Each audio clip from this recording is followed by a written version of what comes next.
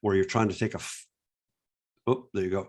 Where, that's interesting. I didn't get that box this time. That's good. So where you had a fuzzy license plate, you know, or something like that, and you were trying to read that license plate. But now it's really a lot better than that. So on this image, I was shooting really wide. Why does that look so dark? I wonder if it's reading the raw. No, looks okay, I guess. But these rocks in the foreground, I didn't really like the sharpness I was getting out of that. Probably a factor of being at f/22, right? You're getting not as sharp images as far as softness wise. Depth of field you are, right? You're increasing your depth of field.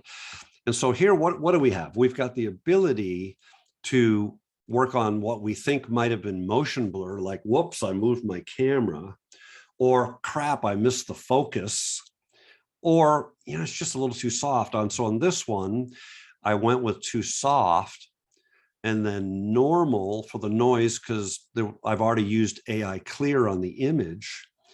And then I have some ability to adjust, but I tend to leave that on auto here as well.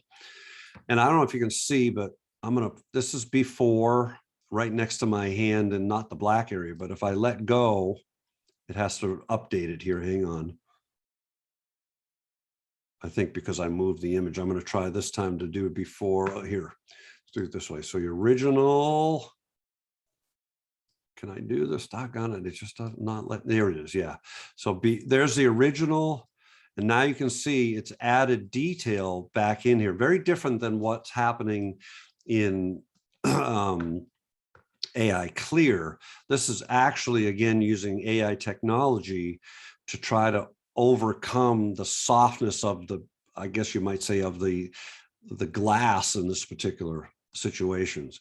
So this one's not near as in your face as some of the other things I've shown you tonight, but there are examples that you can go find on Topaz's website. And I would encourage you, I had somebody in the workshop we did in Acadia, they had a wonderful image of 3 bears, and mama bear, no, anyways. So they had 3 bears, and they said, unfortunately, because of the f-stop and shutter speed that they're at, there was a little bit of motion blur, like those bears were moving. And so what they did was they used the motion blur setting here, and they were able to bring back, and they looked like they were perfect in my mind. I've seen other bird images where, you know, you're trying to move the camera and pan with the birds, and you get an image and it's almost perfect, but there's just a little bit of motion blur, or you missed focus by a little bit. You'll be shocked at how well this brings back all of that. And so that the AI Sharpen is not something I use unless I need it. And I would need it to save an image maybe like this. And now you have different ways that you can save that back into your workflow. So just again, to summarize, generally, I don't do much sharpening on images because I feel like AI clear, which I use on almost, every photograph, is taking care of noise and bringing back that sharpness. It's all good enough for me. But if I do get to a situation where, like this one, where I've got near far relationships, I had to be at f/22, and I feel like I've got some softness, I'll use it there. Or if I do have motion or out of focus situations, I'll try this tool, and generally it works pretty well. It's not going to work perfectly on every image. I've tried it on some, and it hasn't worked, right? So there's a point of diminishing returns. It's just software. And if you've got something that's just really badly out of focus, or you've moved the camera crazy, it's not going to do that, right? But it's become a very worthy tool, even for simple things like this. I actually used it on my final that I'll post on Instagram of this image. And I liked a lot what it did, and I used it on a second image today. So I just wanted to introduce the tool. It's hard to, go ahead, I'm sorry. 2 comments, John, related to this. The first one is, I find that AI Sharpen works well on macros, but not on landscapes. Do you find that as well? Yes, I would agree. But on this one, and again, you can mask it. When I actually went through it, and you can see there's a whole bunch of sun flare stuff and crap on my lens. I cleaned all that stuff in post. I got a big dust spot right here. That's all cleaned up in the final image. But I just found like these rocks are just too soft for me here. And these trees were feeling a little too soft. And no matter what I did, so I finally went to AI Sharpen, and I liked a lot. And in this case, it worked everywhere for me, which is surprising. But there are times where I've had to just mask in a landscape shot versus macro, mask out or in, right? Mask the effect of AI Sharpen into these two areas, or mask it out of the areas where I didn't want it. But I think that's a fair comment, Richard. There are certain things where it works really well and it's repeatably well. There are others where it struggles just a little bit. And so once again, anything with Topaz, you can try them for 30 days before you make a decision as to that's something you really need in your workflow. The second comment was, do you allow AI Sharpen to choose which one of motion blur, out of focus, or too soft categories will be used? No, I picked that personally. Thank you. Yep, I picked that one. And I know on this one, I'm on a tripod, I'm steady, I'm using a timer or a cable release. So I know my technique is fine. I know I'm probably just dealing with the widest part of my lens at f/22, and I'm just getting distortion here from lens, glass. So in that case, I chose that on purpose. Whereas if I'm hand holding something and I know it was due to that, I'll pick a different choice for that. Okay. So now we go to your neck of the woods, and there's no way to avoid, on a 15-second exposure at ISO 6400 noise. It's just gonna happen. So let's go down here and let's get denoise up. And again, I'm gonna pull it over here so I can just drag that image into it. Whoops, what did I do? Come on, there we go. Now this program has got a ton of work it has to be doing. I mean, it's processor heavy. So and again, they've done a lot of work on this program. It used to be limited previews. Now you got a lot more going on. So what it's doing is it's going out and giving us previews of these various things. So here's how this works. Clear, these are the AI models, and these different models give a different result depending on what is needed. So I'm going to change back to here and let this one update. So this would be standard. Clear would be the same thing as if you were using AI Clear in the Topaz Studio workflow. They are the same model. So this one is just the image as it was. This is showing what AI Clear would do to that image using the Clear model here. This is showing what low light would do over here. And this is showing severe noise over here. And so you can analyze these. Again, if I click and I pull on this, unfortunately, it's going to have to re-render all of these. But I think you can see very quickly that even AI Clear is doing a good job. But boy, if you really start to inspect these, the low light and severe noise are even better. So let's just pull this down into here where it's a little darker. It's going to have to go through and update some of these. Just give it a second. And now I can see a little bit more on this edge here. That's cleaned up a little bit more on this one. Even low light looks pretty darn good, all compared to standard. I mean, this is horribly noisy as we would expect it to be. But what I love that we're getting, I remember being with Rod Barbie, who he and I do our Yellowknife workshops together. We've been canceled 2 years in a row, so we're trying to do 2 more next year. He was doing noise reduction in a very different way, and I introduced him to this tool 2 years ago, and it blew his mind. So if you have really noisy images, so the question always is, and I'll answer the obvious one, well, shoot, if I've got AI Clear in my Topaz Studio workflow, why do I need this? Well, you need this because, or when you would need this is because you have low light images, long exposure images. AI Clear is good, but I'm here to tell you, these other models are way better for handling severe noise. AI Clear is good. Maybe a good way to put it is AI Clear is really good for your everyday images, because the reality is, even if you're shooting it at your base ISO, which you should be, unless you have a reason not to be. So you're at 200 or 160 on a Fuji X-T3. It used to be 200 on the older ones, or whatever your camera is. As soon as you start raising that ISO up, you're going to introduce noise.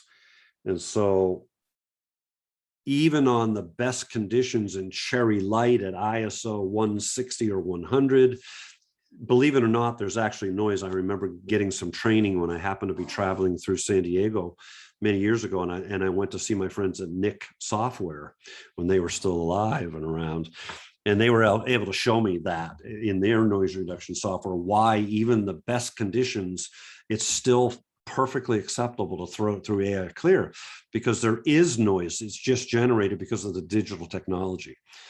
So for, again, 90% of what I do, AI Clear is fine.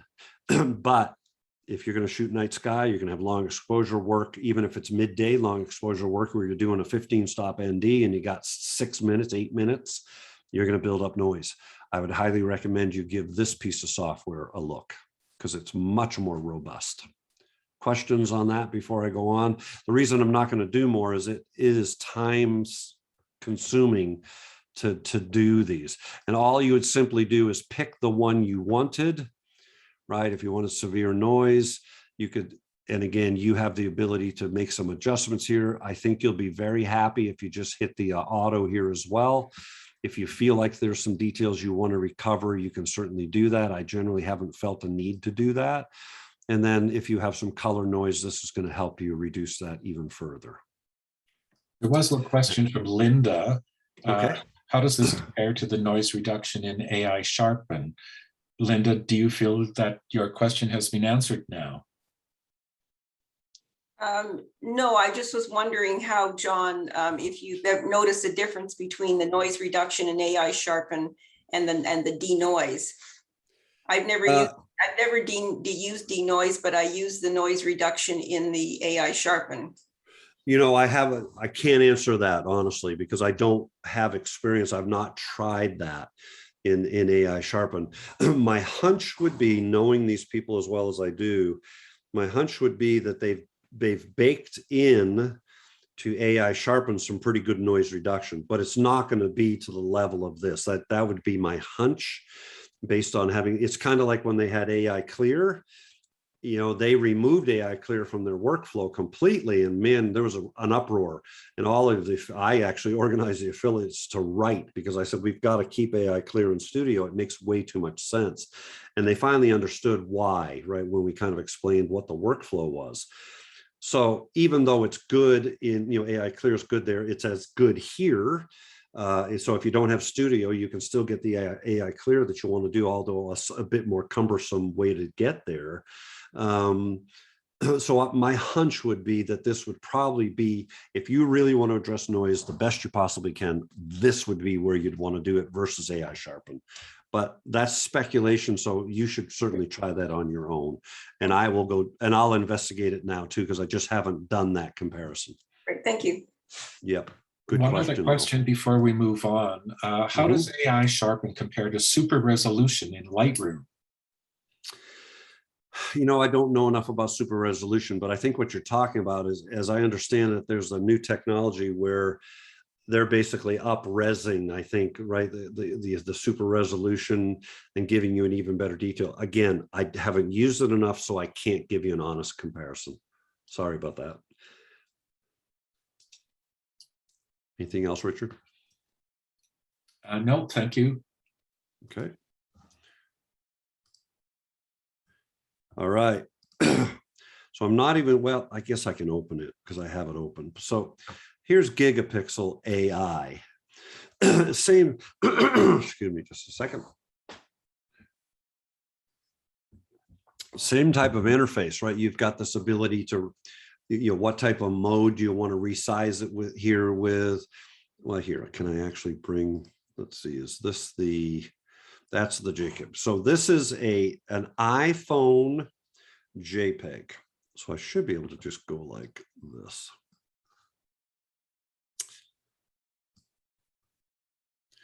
Like I said, I should be, hold on. So we can actually see this better. There we go. Okay, it's seeing as it's a JPEG, it went pretty quickly here. So make this a little bigger. So the interface is, I can do it width and height. I can scale it by percentage, or 6 times the size, or whatever I want to do, right? So I can do that, and then I can say, what model do I want to use? Standard, lines, art, and CG. So those are the different types of, and again, question mark here is really nice. So it determines how AI will attempt to enhance the details in the image. Mouse over each option, see what they can do. So if you're wondering, this gives you a pretty good idea of what, can I do that? I thought, yeah, I can see how it's going to look in the after versus the before, versus lines. It'll give me the same thing. So depending on your image, it'll kind of guide you through here what it's better for. We'll just show this as standard. And what is this low resolution? And you're just going to hover over these. Again, I don't want to spend a ton of time on these tools because they're pretty self-explanatory as you look over these. So like the low resolution might be the 72 DPI question we were asking about, and how do I make that look better, right? So the after, looks pretty, it actually softened that out quite nicely. And again, these different tools here that you can add to it, they're pretty. Face refinement, obviously, as if you have a face. We don't have a face here. Reduce color bleed. If you have it, I'm going to turn that off here. So that's all we have to do. And then you're just saying, hey, I want to make this 65 inches at 300 pixels. And again, that 72 that you had, you're going to make this 300 here for your printing and your height. But it should, you can do it so that if you pick one, it should automatically make the other size that you want it to be. And then you notice you got the smiley face down here. Well, what do you want? And why is this not updating? Hang on, why preview? Why is that not? It says it's updated, but I mean, it says it's not updated. Why is that not going? Oh, the update preview. Sorry, we're an hour and 45 minutes in and my brain is getting mush. Sorry about that. So here we go. Now it's going to do this. And then you could, even this takes a bit of, but this, I'm glad it did this and we took the time here. Notice the original over here versus going to 65 inches. That's huge, right? That's an iPhone file. To me, it looks way better on the iPhone one. So now let me go back here. This is the raw JPEG file, nothing done to it. This is the output. Notice down here, my file name says output of the same identical file as this at 60 by 40 inches. Think about that for a second. And I dare you to tell me, let's do this. So that's the original. Okay, obviously it went and did that to me too.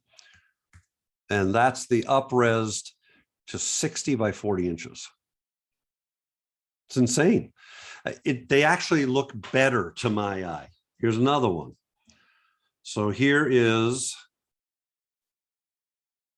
the raw image. And here it is as a 30 by 40, section of that 30 by 40.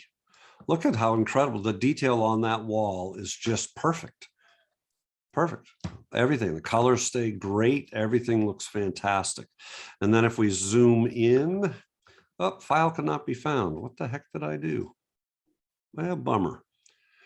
But you would see the same thing. I was going in at a native file in 200%, but this doesn't look as well because it's not finding that file for whatever reason. Sorry about that. When I put in files for this, I drug in the wrong ones.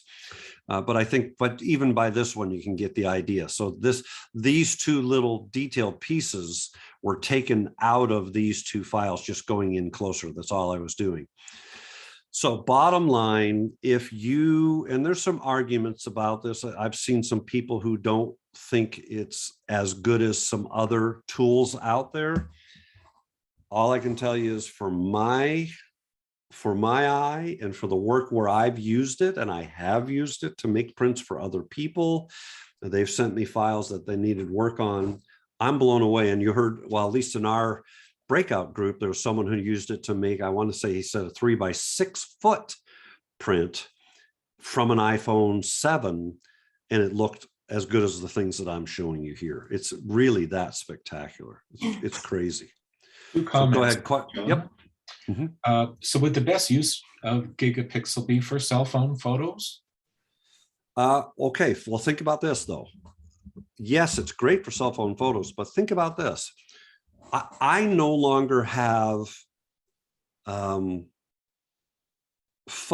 fears, uncertainties, and doubts about missing out on a medium format camera. I don't want to lug one around. That part I know I don't want to do anymore. I'm too old to be carrying 60 pounds in a pack. I'm so people say to me, John, you shoot Fuji. It's a crop, 1.5 crop factor. Gosh, John, aren't you missing out on full frame? No, is my answer, because I have this tool that if somebody really needs to, and let me just get you there. So I had a customer reach out to me called the University of Idaho. They found my image that looked a lot like this. And I don't know why they found me, because I don't try to sell my work that much, but they found not this one, but a very similar image.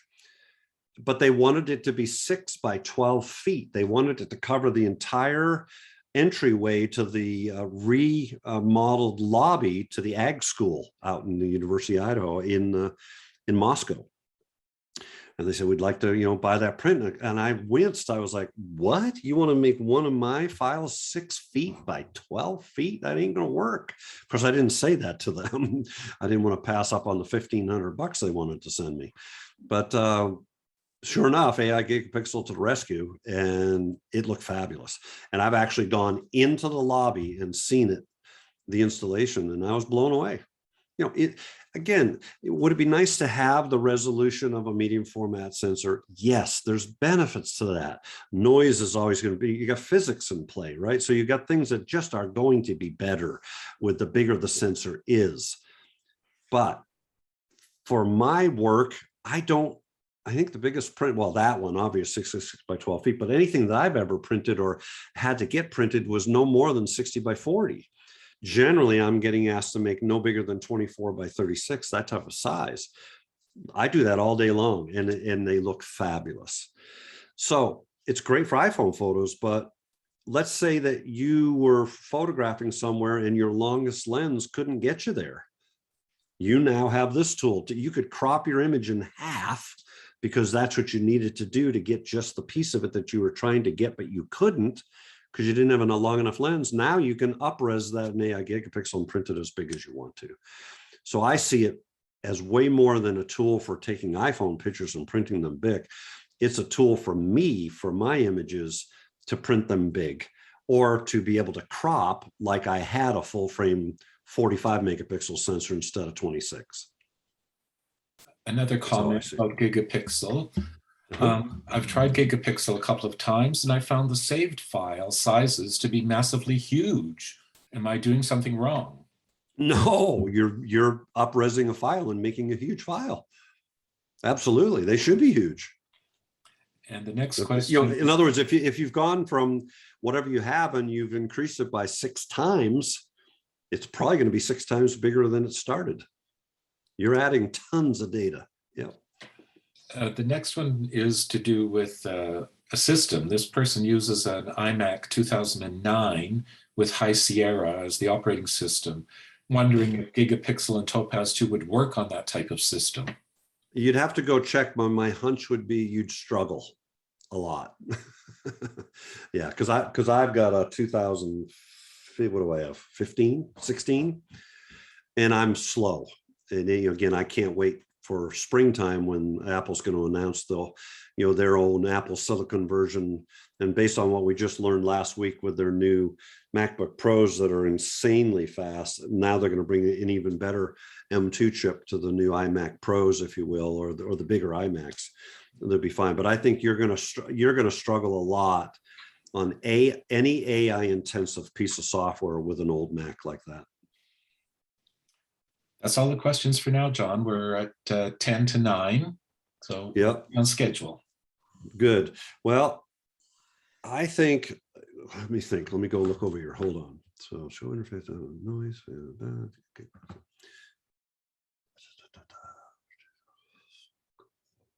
Okay. I feel pretty good with what I've covered. So let me do this.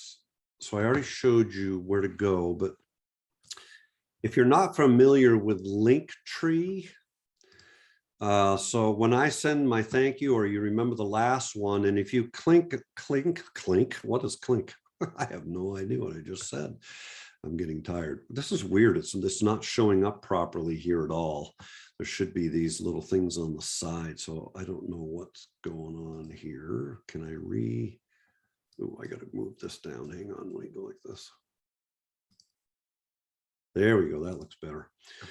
So when you click on a link from me, or if you're in Instagram and you click on my link there, this is what you'll be brought to. And so if you scroll down to discounts and gear, you'll notice that we go down to Topaz software. Make sure that anybody here who will want to possibly purchase some software, click this link and then use the code Barclay Photo. That'll give you a 15% discount. We're close to Black Friday. And just from years of experience, again, you may want to wait till Black Friday sales come, because generally it's even a better deal. The thing I would invite you to do is part of the way I'm full-time photographer, part of the way I earn income is through affiliate sales. So I just want to be very transparent and let you do what you choose to do. But if you click on this link, any of these links, when you click on them, I get credit if you would then go through and purchase. If you use the code, then you get the discounts, right? So Stingray Filters, if you use that code, you'll get the discount. And each one typically relies on a click through to give credit to whoever the affiliate might be. Again, I thank you if you choose to do that, but I don't want anybody to ever feel that they're obligated to do that, because that's not why I do these. But I do appreciate anybody who does choose these links here to buy things, because it does affect me. There's also some interviews I did. I love Alistair Ben. I just sent an email out today that many of you might have gotten. His newest book is outstanding. It's an ebook. It's fabulous. I get nothing by recommending his book. I just love Alistair and I like what he's doing. So in interviews there, and then of course website links for different things that I do. So it's a good way to go find things that I might be speaking about or recommend. And with that, I'm gonna say thank you and answer any other questions you might have. Great. We have someone who is new to Topaz and are wondering what they should purchase to start out. Would it include stuff like Topaz Studio, Denoise, Sharpen, and Gigapixel? Yeah. So they have, and let's go back here. So here's all the downloads here. But if we go back to products, you'll notice that they have, where is it? Yeah. So the image quality bundle, these are the ones that I spoke about most, right? So this is a great way to buy the bundle, and it's $199. But again, 15% off of that. Oh, isn't that interesting? Why is it showing up at 113? Is that because there's a sale? Oh, you know why? Because it's showing me that I already have these plans in place. And that's why I would, okay, got it. So it should still be $199. So it's always going to be cheaper to buy the bundle than individually. But here's what I love about Topaz. If you were to just say you bought AI Gigapixel or Gigapixel AI, and then you said, doggone it, I wish I bought all three. What's going to happen is just what happened when you saw my purchase page. It's going to give you credit for Gigapixel AI and then add Sharpen and denoise to the bundle, and then give you your money back and reprice it as if you bought it as a bundle to begin with. They've always been excellent with that. And then what you'd have to do is buy the studio as a separate download. And it's interesting because I can't find that anymore on their web page, but you have to kind of go down all the way down here and hit Studio 2. And now you're brought to Studio 2, and that alone is $99, which I think is a steal. I mean, for AI Clear alone, it's great. And then as you saw, I just much prefer precision contrast and dehaze. And then if you want to have fun with texture work and the other things that we talked about on the more creative side, that's a steal. But so 15% off is great, but they've been as high as 30% off. But sometimes it's only a specific bundle that they're going to offer you at Black Friday time. I just don't know what it will be. It might be 20%, 25%. It may not be 30%, but if you can be patient, I would encourage you. And again, if you just click on my link and use whatever the discount code is at that time, you'll get the discount and I'll get credit. And I say thank you for that. Hopefully that answers the question. But if it were me, if you only could afford one thing, I think I would go with Studio 2 first, because you're going to get AI Clear, and that's going to handle, again, 90% of your noise and sharpening type of issues. The other ones become much more specific. Denoise is because you've got real serious noise problems. Sharpen is because you want to overcome some issues that we spoke about tonight. And Gigapixel is because you want to really up-res some stuff. So Studio is a really good place to start, and then you can maybe add that. Or if you can afford to get those two together, that would really do you well. And then after that, it's very specific things like, do I need, go down here again, do I need the mask one, and I want to play with that, or JPEG to RAW, right? And you can learn about those later, but those are very specific needs, and you don't need those unless you really need them.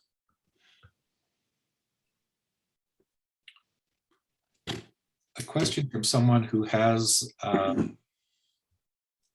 Studio 2 wants to know, what add-ons would you get to expand? And then I would just go with this bundle. The bundle. Studio 2, it used to be that in the old studio, you would add things to it. Now everything comes with Studio 2. You don't have to add anything to it. So the only adds you might want to consider is these very specific tools here in this image quality bundle. Do you have a recommendation on how to learn more about Topaz? Is it through a book or through YouTube channels, or? I would say YouTube. So if you go out to YouTube, and I think there actually is a Topaz channel where I'm so bad at this. Shouldn't I just go right here and where's my, oh, no. Where's my search? Oh, duh, right there. Sorry, folks. It's midnight here, okay? Give me a break. Okay.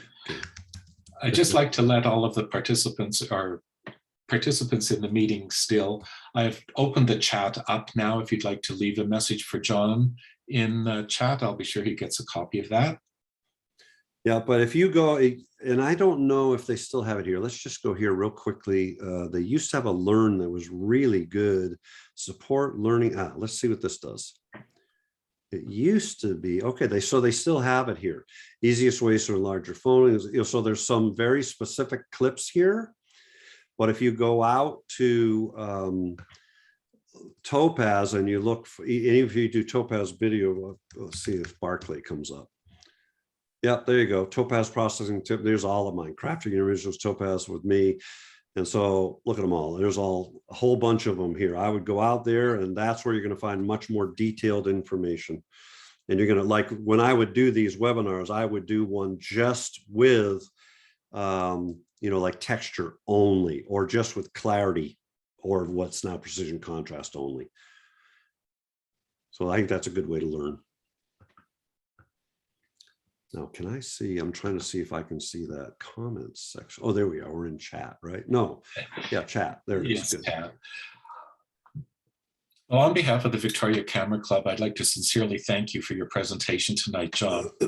Talk about playing with a full box of crayons and letting your creativity explore possibilities. It's been a real pleasure seeing you again, John, and we hope you stay healthy.